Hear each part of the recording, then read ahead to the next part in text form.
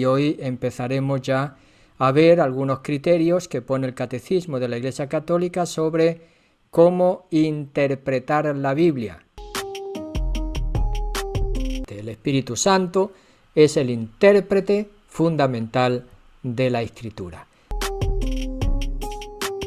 El ser humano tendrá como que recorrer unas pautas precisas para dejar al Espíritu Santo que sea Él el intérprete de la Sagrada Escritura. Es cómo interpretar las Sagradas Escrituras, sea desde una forma literal o de una forma espiritual, para que realmente nosotros seamos dóciles y nos dispongamos a que sea el Espíritu que interpreta la Sagrada Escritura en cada uno de nosotros. Que en la Sagrada Escritura Dios habla al hombre a la manera de los hombres. Por tanto, para interpretar bien la Escritura hay que estar atentos a un primer elemento. ¿Cuál es ese primer elemento? A lo que los autores humanos quisieron verdaderamente afirmar. Guiados, como veremos, por las sagradas ciencias, por los exegetas también, y por toda la tradición de la Iglesia y la fe de la Iglesia, nos permitirá conocer lo que los autores humanos quisieron verdaderamente afirmar.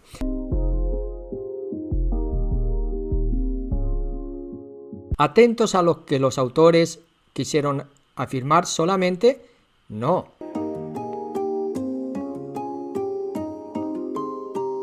Nos está diciendo que cuando nosotros podemos descubrir lo que los autores humanos quisieron verdaderamente afirmar, en eso descubriremos lo que Dios quiso manifestarnos mediante sus palabras.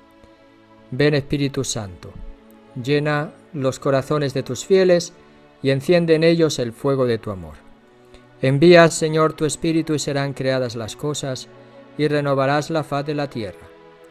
Oh Dios, que has iluminado los corazones de tus fieles con la luz del Espíritu Santo, concédenos el saber obrar, animados de este mismo Espíritu, para gustar siempre del bien y gozar siempre de su consuelo, por Jesucristo nuestro Señor. Amén. En el nombre del Padre, del Hijo y del Espíritu Santo. Amén. Y que todo lo que hagamos sea para gloria de Dios, que es Padre, Hijo y Espíritu Santo, para que entendamos mejor nuestra fe. Con esta parte 3 dentro de la transmisión de la revelación, que ya dijimos, Sagrada Escritura y tradición, y estamos en la Sagrada Escritura. El número 3, que es el Espíritu Santo, intérprete de la Escritura, es el que vamos a ver ahora en lo que dice el Catecismo de la Iglesia Católica. En el número 109 nos está diciendo que en la Sagrada Escritura Dios habla al hombre a la manera de los hombres. ¿De dónde viene esto? Pues de la afirmación de la inspiración. Dios inspira ¿a quién? A hombres que usando de sus facultades, recuerdan, se pueden considerar por eso, Dios actúa en ellos y por ellos, pero usando de sus facultades se pueden considerar ellos también auténticos autores, a través de los cuales el Espíritu Santo nos dice solo y lo que Dios quiere revelarnos. Por eso nos está diciendo que Dios habla, y es el principio humano de la Sagrada Escritura. Dios habla al hombre a la manera de los hombres, no puede ser de otra manera. Por tanto, para interpretar bien la Escritura es preciso estar, y aquí viene el principio, si Dios habla a la manera de los hombres, para interpretar bien, miren que esto es ya un principio que da el Catecismo de la Iglesia Católica. Hay que estar atentos a un primer elemento. ¿Cuál es ese primer elemento? Que hay que estar atento a lo que los autores humanos quisieron verdaderamente afirmar. ¿Qué quisieron afirmar los autores humanos? Para eso tendremos que saber quién ha escrito cada libro, ¿verdad? Y dentro del libro, con unos criterios internos al texto y unos criterios externos también al texto, guiados, como veremos, por las sagradas ciencias, por los exegetas también, y por toda la tradición de la Iglesia y la fe de la Iglesia, nos permitirá conocer lo que los autores humanos quisieron verdaderamente afirmar. Yo pondré algunos ejemplos concretos después, que siempre uso porque me parecen muy prácticos y muy claros y evidentes ante estos principios. Entonces, atentos a lo que los autores quisieron afirmar solamente, no, y a lo que Dios quiso manifestarnos mediante sus palabras. ¿Ven? Ese segundo aspecto está diciendo que cuando nosotros podemos descubrir lo que los autores humanos quisieron verdaderamente afirmar, en eso descubriremos lo que Dios quiso manifestarnos mediante sus palabras. Ese principio es muy importante. Vamos a ver, por ejemplo, el texto, no lo voy a leer, simplemente lo voy a recordar, de lo que pasó en el libro del Génesis con Abraham y Sara y la esclava Agar. Ven que ahí es muy curioso todo ese texto, como Abraham pues tiene que tener un hijo de la esclava para le pueda dar una descendencia y así pueda cumplir la promesa de Dios de darle un pueblo numeroso como las estrellas del cielo. La manera, el modo, ¿verdad? A nosotros nos choca, eso es inmoral para nosotros. Sin embargo, en la manera de pensar de entonces no lo era. La esclava Agar tiene que ir al desierto, vuelve, después otra vez es expulsada, siempre por la envidia de Sara y por la rivalidad que hay entre Sara, que es la mujer, y Agar, que es la esclava, el hijo Ismael, el hijo de Abraham, el mismo Isaac. Bueno, pues ahí es donde está la confrontación. Esa es la palabra humana. ¿Qué quisieron hacer? Bueno, pues ahí se nos manifiesta todo el elemento humano. ¿Qué quiso el autor comunicarnos con eso? Que hay una lucha de una mujer por la vida y también por la libertad. Y en esa historia humana, si quieren miserable también en cierto sentido, llena de envidias, llena de rivalidades, llena de poder, llena de decisiones realmente que podríamos considerar en el día de hoy como unas decisiones inhumanas, se manifiesta lo que Dios quiere revelarnos, que Dios apoya, se hace presente en la lucha por la vida, en la lucha por la libertad, por ejemplo, manifestada en la esclava Agar, y a la vez que Dios cumple sus promesas. No importa la ancianidad de Abraham con su mujer Sara, que Dios va a cumplir esa promesa. Los seres humanos no tenemos que buscar nuestros caminos, hay que fiarse de Dios para que Él nos muestre cuáles son sus caminos. Vemos una historia humana, difícil de comprender, pero en esa historia humana, entendida, se puede captar qué es lo que Dios ha querido manifestarnos durante esas palabras humanas. Tenemos en el número 110 que nos va a decir cómo vamos a dar, cómo es posible sacar, entender, descubrir lo que los autores humanos quisieron verdaderamente afirmar. Y ahí nos da el principio de descubrir la intención de los autores sagrados. Vamos a ver cómo se descubre esa intención. Para descubrir la intención de los autores sagrados es preciso tener en cuenta las condiciones de su tiempo, conocer el tiempo y la cultura en el que esos libros fueron escritos. Recuerdan que alguno me preguntó sobre qué importancia tenía, por ejemplo, los descubrimientos de las cuevas de Qumran a la hora de interpretar el sentido de los evangelios. Digo, quizás no nos ayudan mucho en el sentido de los evangelios, pero sí indirectamente, en cuanto que sí nos ayudan a entender la época, la cultura en la que los evangelios fueron escritos e incluso anterior a Jesús, contemporáneo a Jesús y posterior a Jesús, que son las dataciones que se pueden atribuir a los documentos encontrados, por ejemplo, en las cuevas de Qumran del Mar Muerto, que dicen muchos que son textos del Segundo Templo. Los géneros literarios usados en aquella época hay que tener en cuenta también no solamente las condiciones del tiempo y cultura, sino también los géneros literarios usados en aquella época. Géneros literarios, que algunos dicen, bueno, ¿y eso qué es? Algunos presentan la Anunciación y dicen, no te preocupes, la Anunciación es un género literario. No, la Anunciación no es un género literario, La anunciación es la realidad de la encarnación, Dios se hace hombre en el seno virginal de María, pero sí está expresado en lo que podemos concebir y entender en el género literario que ya aparece en el Antiguo Testamento, que es un relato de anunciación por parte de Dios de una persona que va a ser importante para el pueblo de Israel. Hay distintos relatos de anunciación en el Antiguo Testamento, digo por poner un ejemplo.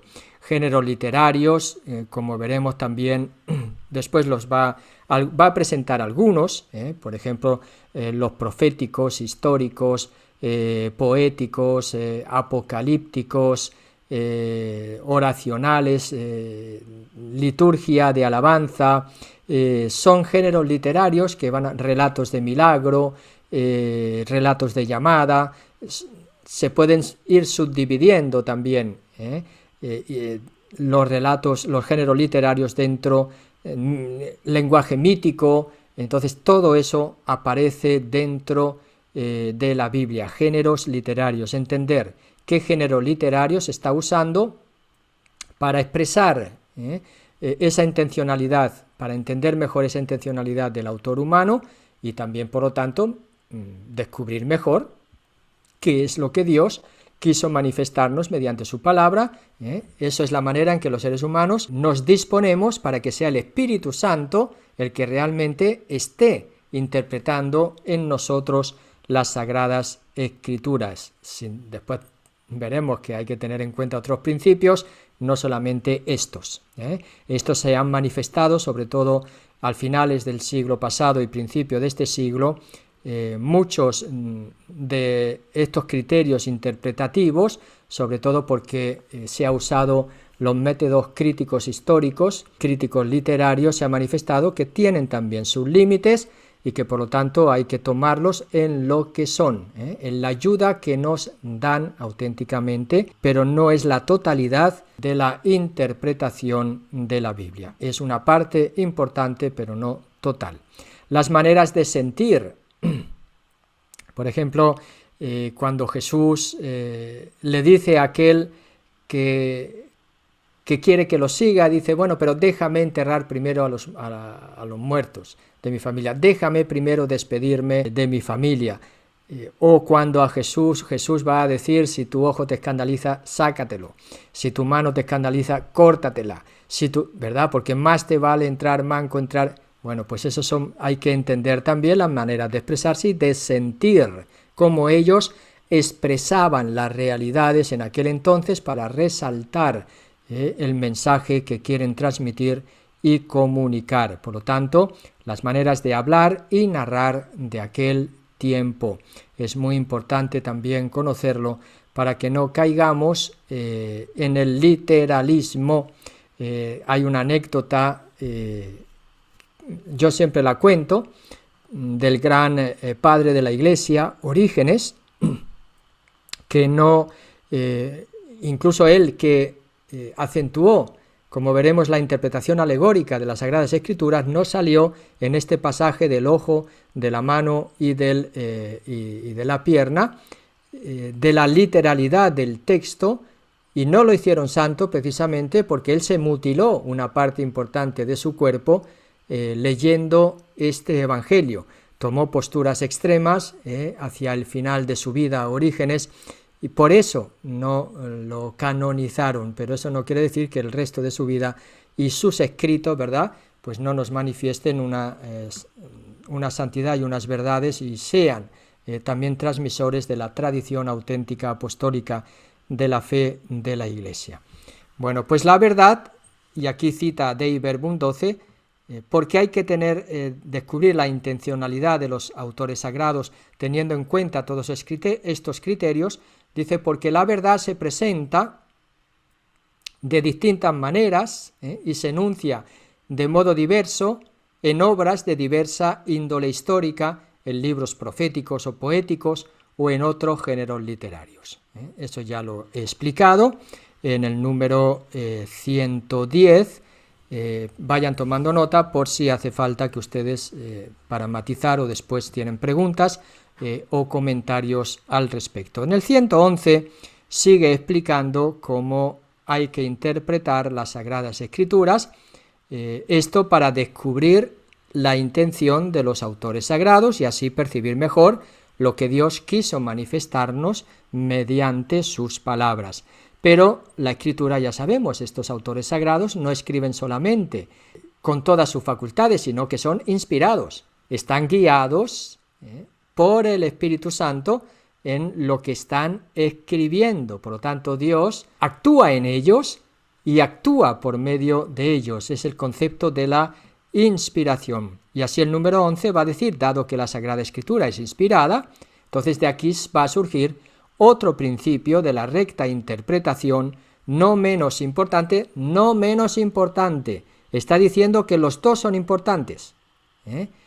Acudir a los géneros literarios, maneras de expresarse de la época, situaciones, maneras de sentir, maneras de narrar y hablar de aquel tiempo, es tan importante como, ahora dice, este otro principio que parte de la inspiración, no menos importante que él, sin el cual la Escritura sería letra muerta. Si no se interpreta desde el Espíritu la Sagrada Escritura, evidentemente ahí se convierte en letra muerta. El Espíritu Santo no interpreta en nosotros. La Escritura se ha de leer, por lo tanto, y de interpretar con el mismo Espíritu con que fue escrita. ¿Cómo se hace esto? Es lo que nos va a enseñar ahora el Catecismo de la Iglesia Católica. Y usa y señala con el Vaticano II. ¿Ve? Aquí no hace otra cosa que repetir lo que ya ha dicho el Concilio Vaticano II en la Dei Verbum, es decir, en ese documento del Vaticano II, Constitución Dogmática, sobre la Sagrada Escritura. Entonces, ¿cuáles son los tres criterios para interpretar las Sagradas Escrituras conforme al espíritu en el que han sido escritas? Esos tres criterios de interpretación con el mismo espíritu con el que fue escrita. Entonces, el primero los voy a enumerar de corrido y después los vamos a explicar. Primer criterio, el tener en cuenta y atender al contenido y unidad de toda la Escritura. Primer criterio. Segundo, en la tradición viva de toda la Iglesia. Y tercero, prestar atención a la analogía de la fe.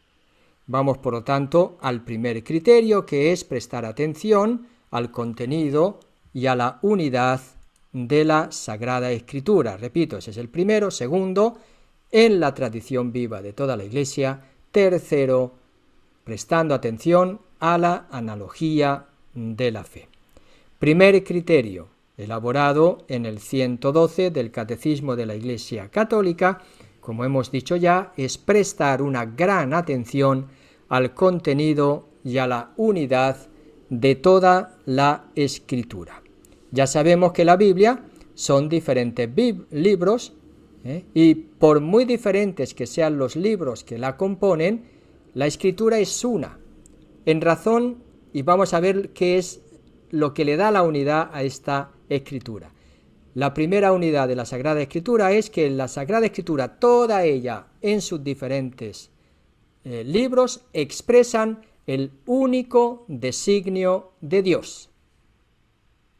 Ese es el criterio de unidad de la Sagrada Escritura. En todos los libros se está expresando el único designio de salvación por parte de Dios. ¿Y quién es el centro de este designio de salvación? Y ahí viene ese otro principio que da unidad a toda la Escritura, que es el principio cristológico. Cristo Jesús es el centro y el corazón de las Sagradas Escrituras, y es el centro y el corazón abierto desde su Pascua.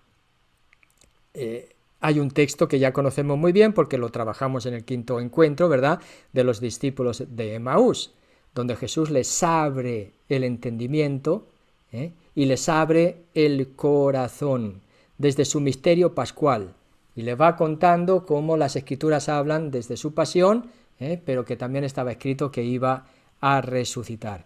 Ahí está la unidad de las Sagradas Escrituras, y ahí va a citar ahora a Santo Tomás de Aquino, en un comentario a los Salmos 21, al Salmo 21, 11, Expositio in Salmos. Dice Santo Tomás de Aquino, ahí pongo la cita del mismo Santo Tomás, ¿a quién se refiere el catecismo para anunciar este principio de interpretación en el mismo espíritu con el que ha sido escrito la Sagrada Escritura? Dice, por el corazón de Cristo se comprende la Sagrada Escritura, la cual hace conocer el corazón de Cristo. Este corazón estaba cerrado antes de la pasión, porque la Escritura era oscura. Pero la Escritura fue abierta después de la pasión, porque los que en adelante tienen inteligencia de ella consideran y disciernen de qué manera deben ser interpretadas las profecías.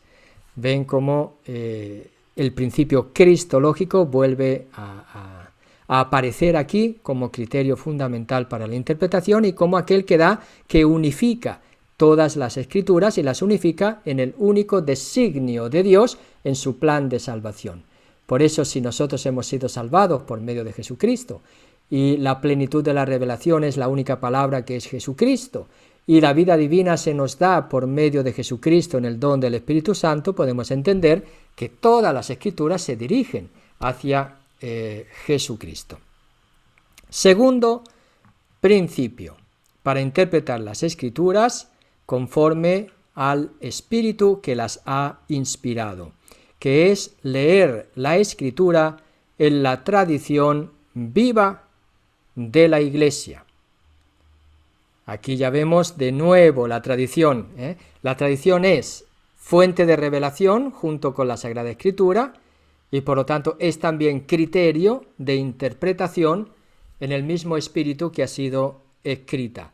Y vamos a especificarlo un poquito más, tal como lo hace el Catecismo de la Iglesia Católica, y dice que según un adagio de los padres, se está refiriendo a un adagio de Orígenes, cita a Orígenes, según un adagio antiguo, de la tradición de la Iglesia, dice: Sacra Scriptura principalius est in corde ecclesia quam in materialibus instrumentis scripta.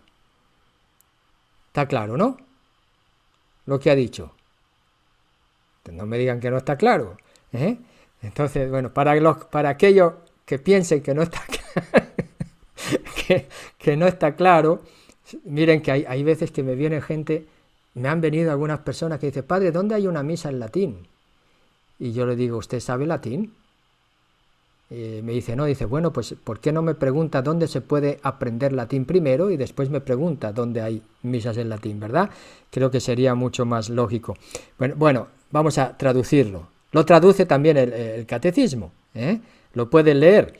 La Sagrada Escritura, dice, está más en el corazón de la Iglesia que en la materialidad de los libros escritos. Mire lo que está diciendo. Claro. Y eso corresponde en aquello que dice que la fe cristiana no es la religión del libro. ¿Por qué? Porque justo las Sagradas Escrituras se mantienen vivas, ¿dónde? En la Iglesia. En la vida de la Iglesia se mantienen vivas las Escrituras, que es lo que forma la tradición que tiene esa misión que ha recibido el depósito de la fe y lo entrega, pero ya sabemos que lo entrega no solamente con los libros escritos, lo entrega con su celebración litúrgica, lo entrega con su vida, lo entrega con sus instituciones y organización. Ahí es donde la Sagrada Escritura se hace viva. Por eso ya entendemos cómo ese principio de la sola Escritura en la Iglesia Católica no funciona, porque la sola Escritura estaría muerta y no puede darse al individuo, sino que tiene que darse a la comunidad cristiana, a toda la Iglesia, que es la que por encargo del mismo Jesús va a transmitir este depósito de la fe. Entonces, en efecto, la Iglesia encierra en su tradición la memoria viva de la palabra de Dios. De hecho, el canon bíblico, como veremos más adelante, no se va a poder definir ni establecer sino mirando a esta tradición de la Iglesia, a esta tradición viva, ¿Cómo podemos definir que estos libros y no otros? Pues tenemos que acudir a la tradición viva de la Iglesia para ver qué libros han formado parte de la vida de la Iglesia. Y ahí es donde podemos descubrir que esos son los que forman parte del canon bíblico. Este criterio es muy importante para entender la palabra de Dios. En efecto, la Iglesia encierra en su tradición la memoria viva de la palabra de Dios y el Espíritu Santo le da la interpretación espiritual de la Escritura. Aquí lo vamos ahora otra vez de Orígenes, otro texto que cita el latín secundum spiritualem sensum quem spiritus donat ecclesiae. Es lo que hemos dicho, según el sentido espiritual que el Espíritu entrega, da a la Iglesia. Ya tenemos el segundo. ¿El primero cuál era? ¿Se acuerdan ustedes cuál era el primer principio para interpretar? Atendiendo al contenido y a la unidad de toda la Escritura. ¿Quién le da esta unidad? Jesucristo, que es el centro. ¿Y qué manifiesta Jesucristo? Que hay un solo plan de Dios Salvador en toda la Escritura. Segundo principio, la tradición viva de toda la Iglesia. ¿Por qué? Porque la Sagrada Escritura vive, no en letra muerta, sino que vive en la vida de la misma Iglesia. Y aquí pasamos ya a este tercer principio, que es consecuencia de los dos primeros, en cierto sentido, que hay que estar atentos a la analogía de la fe. ¿Qué significa eso de atentos a la analogía de la fe? Entonces él pone dos aspectos, el catecismo, para estar atentos a la analogía de la fe. Ver y atender cuál es la relación, la cohesión que hay entre las verdades entre sí y cuál es el proyecto total de la revelación. Por analogía de la fe entendemos la cohesión de las verdades de la fe entre sí, Dios, Padre, Hijo y Espíritu Santo, Jesucristo, verdadero hombre, verdadero Dios, la salvación, los sacramentos, todas esas verdades, hay una cohesión entre ellas, están relacionadas las unas con las otras, eso ya lo dijimos, hablando de el sentido sobrenatural de la fe y el crecimiento, ¿recuerdan?, en el depósito de la fe por parte del pueblo de Dios. Y por otro lado, el proyecto total de la revelación. No podemos prescindir de la totalidad, de nuevo, del proyecto de Dios a la hora de interpretar un texto. Eso va a hacer que cuando nosotros tomamos un texto aislado, no lo podemos aislar e interpretarlo en contra de todo el resto de la Biblia, o de otras afirmaciones que son centrales en la Biblia. Por ejemplo, hay que decir que Dios es uno, pero es trino. Por eso he puesto este dibujito que dice, ¿qué significa que es uno y que es trino? Que en su naturaleza el Padre, el Hijo y el Espíritu Santo son un único Dios, pero hay que afirmar es trino, es decir, que el Padre no es el Hijo, que el Hijo no es el Padre, y que el Padre y el Hijo no son el Espíritu Santo. Es lo que dice, non es Deus Pater, es Deus, pero Pater non es Filius. Pater non es Spiritus Sanctus, pero Pater es Spiritus Sanctus, es Deus, como Spiritus Sanctus es Deus, como Filius es Deus. Es este triángulo que hay aquí, la cohesión entre las verdades de nuestra fe. Por lo tanto, yo no puedo interpretar un texto en el que sale el Espíritu Santo, o por ejemplo un texto de San Juan que dice que el Hijo es inferior al Padre. A mí me vino un muchacho joven una vez diciéndome, pero dice San Juan que el Hijo es inferior, entonces está subordinado al Padre. No se puede interpretar así, porque el Hijo es tan Dios como el Padre. Pero ya sabemos que el Hijo no es el Padre. Entonces, ¿dónde está esa inferioridad? Bueno, se está refiriendo a la humanidad de Cristo. La humanidad de Cristo que tiene que ser asumida totalmente en Dios, y no lo será asumida totalmente en Dios hasta la ascensión a los cielos, donde está sentado a la derecha del Padre, que ahí ya está la persona del Hijo de la Santísima Trinidad en sus dos naturalezas, humana y divina. ya no inferior al Padre para nada, sino en todo igual al Padre. No sé si me estoy explicando, cómo a veces se usa una frase, una afirmación, pero que va en contra de esta analogía de la fe, es decir, de la coherencia y la cohesión de las verdades de fe entre sí y del proyecto total de la revelación. Bueno, aquí tenemos ya estos criterios. Voy a seguir, acabar los otros porque creo que son importantes. Lo que viene a continuación no está en el Vaticano II, pero forma parte de la tradición de la Iglesia, de cómo se ha explicado en la Iglesia el sentido literal y espiritual de la Sagrada Escritura. Y los antiguos tenían un adagio en el que se va expresando esto. Al final, lo digo porque, por ejemplo, Lutero se remitió, dice, no, la Escritura solamente tiene un sentido literal, aunque él aceptaba también el sentido espiritual anteriormente, pero llegó un momento que dice, no, solamente el sentido literal, no el sentido espiritual. Este sentido, estos sentidos, desde antiguo, han estado en la Iglesia. Y ahí otra frase, un adagio medieval, también muy claro, para que cada uno de nosotros tengamos el don de lenguas, que decía así, se atribuye a Agustín de Dacia, que dice, litera gesta docet, quid credas, allegoria, moralis quid hagas, quotendas anagogia. Es decir, la letra enseña los hechos, la alegoría lo que has de creer, el sentido moral lo que has de hacer, y la anagogía a dónde has de entender. Ahí están, sentido literal, sentido espiritual. El sentido literal, casi lo hemos explicado ya, corresponde a lo que el Vaticano II está denominando con lo que los autores quisieron decir.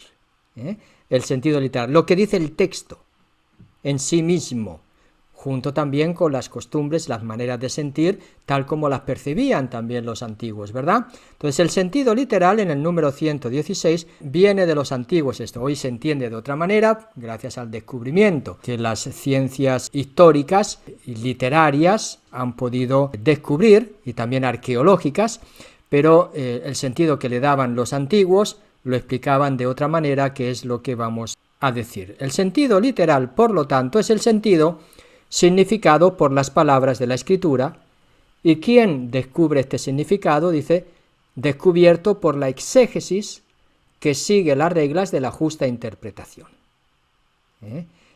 Por eso nosotros es bueno que leamos comentarios de expertos para entender el significado literal de las Sagradas Escrituras, es decir, de los exegetas.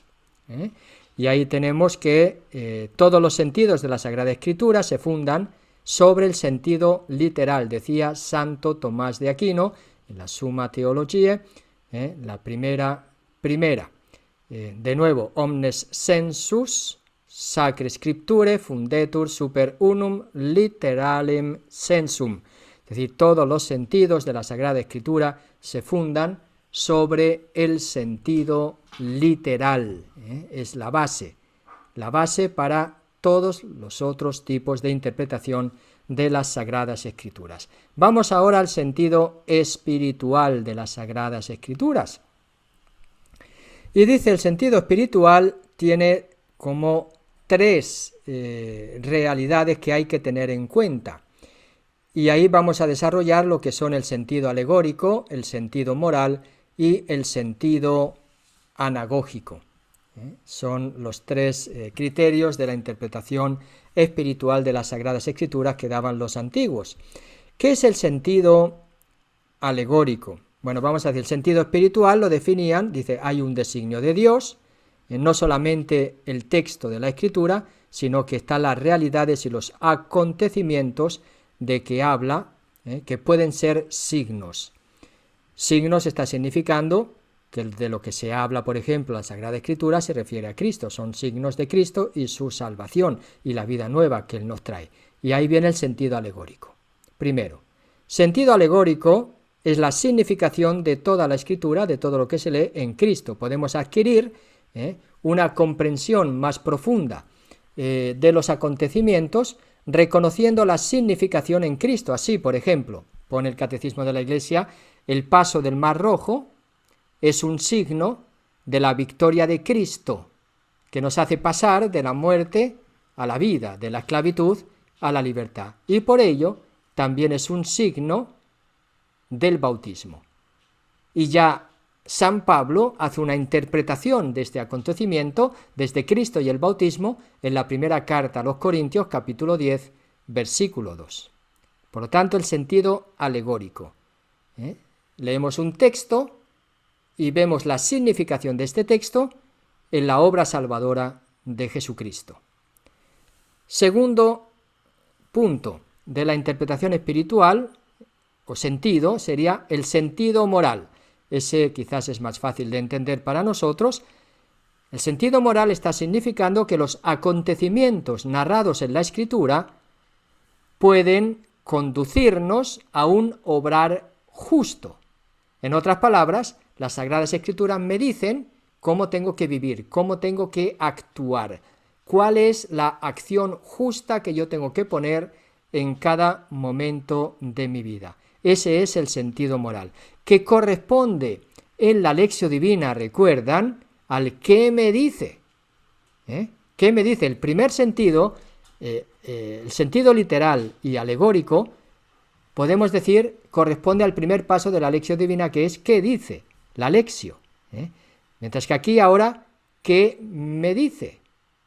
Meditatio, el sentido moral, cómo me interpela a mí, a mi comportamiento, a mi manera de ser, a mi manera de pensar, es el sentido moral. Fueron escritos, nos dice 1 Corintios 10 y carta a los Hebreos, que los textos, las Sagradas Escrituras, fueron escritos ¿para qué? Para nuestra instrucción, para que sepamos cómo actuar en la vida.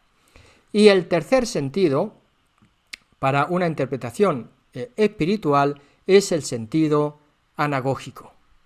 El sentido anagógico, que significa el sentido de la esperanza. ¿Hacia dónde tendemos? Los textos nos conducen a la vida eterna, nos preparan para la morada definitiva, para la patria definitiva. Este es el sentido anagógico. Podemos ver realidades y acontecimientos en su significación eterna, que nos conduce, y de ahí viene anagógico, nos conduce, anagogué, es conducir, nos lleva, nos guía hacia nuestra patria.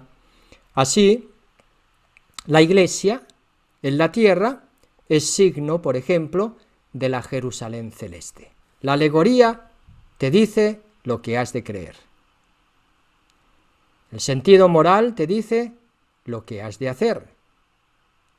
Y la anagogía te dice hacia dónde has de tender. Y aquí, acabando, el número 19 nos está diciendo: a los exegetas les toca aplicar estas normas en su trabajo para ir penetrando y exponiendo el sentido de la Sagrada Escritura. O sea, hay unos que están dedicados en la Iglesia de una manera especial a escudriñar los sentidos. Estos son los exegetas. Es el ministerio que tienen dentro de la Iglesia. De modo que mediante un cuidadoso estudio pueda madurar así el juicio de la Iglesia. O sea, los exegetas están al servicio en este sentido del magisterio de la Iglesia. ¿Ha visto? Que ha recibido, como ya hemos dicho, por encargo de Dios, y conserva e interpreta este depósito de la palabra de Dios que ha recibido de Dios mismo. Así cita a San Agustín diciendo, miren lo que dice San Agustín, que algunos lo citan así, sin más, pero tiene a veces unas citas que algunos olvidan, que dice que él no creería en el Evangelio si no le movería a ello la autoridad de la Iglesia. ¿Y cuántos hoy ponen en duda, en juicio, la autoridad de la Iglesia en nombre propio? Con ese principio de que el Espíritu Santo ha sido dado a todos, por lo tanto todos podemos interpretarla.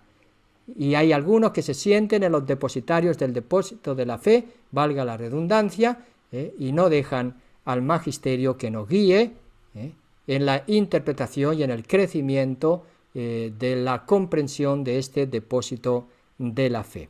Dice San Agustín: ego vero evangelio non crederem, nisi me catholicae ecclesiae commoveret auctoritas. Es eso lo que dice: no creería en el evangelio si no me moviera a ello la autoridad de la Iglesia católica. Es lo que dice el Catecismo de la Iglesia Católica, que son los exegetas, que con sus estudios de la interpretación de las Sagradas Escrituras hacen que pueda madurar el juicio de la Iglesia, nos ayudan a todos, por lo tanto, que es la que ha recibido por encargo del mismo Dios su conservación y su interpretación. Bueno, pues ahí tenemos, en resumen, ya sabemos que al ser escrita por inspiración la Sagrada Escritura, escrita por seres humanos, tiene el elemento humano, y entonces hay que atender a lo que los autores humanos quisieron afirmar para también llegar a lo que Dios nos ha querido manifestar a través de sus palabras. Para descubrir la intención de los autores sagrados, hemos dicho, hay que atender al tiempo, la cultura, los géneros literarios de la época, diversas maneras de presentar la misma y única verdad, pero también tiene ese elemento divino, que es la inspiración, que es el Espíritu Santo, para que no sea letra muerta. No es solamente un texto que hay que interpretar, ¿verdad?, en su sentido literal, sino que hay que interpretarlo con el mismo espíritu con el que fue escrita. Para interpretarlo con el mismo espíritu en la que fue escrita, hay que atender al contenido y a la unidad de toda la Escritura, hemos dicho, a la tradición viva de la Iglesia y prestando atención a la analogía de la fe. Y así retomamos, el Catecismo retoma los sentidos de la Sagrada Escritura desde la antigüedad, que es el doble sentido literal y el sentido espiritual. El sentido literal está refiriéndose al texto que se descubre en la exégesis, y todos los sentidos se fundan en este sentido literal. Y el sentido espiritual, que se divide a su vez en el sentido alegórico, el sentido moral, sentido alegórico, lo que hemos de creer, sentido moral, lo que hemos de hacer, sentido anagógico, lo que debemos esperar. Y este trabajo hay en la Iglesia una serie de personas que tienen este carisma y ministerio, que son los exegetas, para la interpretación adecuada de las Sagradas Escrituras, para ayudar a madurar al juicio de la Iglesia, que es la que ha recibido en definitiva por encargo la conservación y la interpretación de las mismas Escrituras.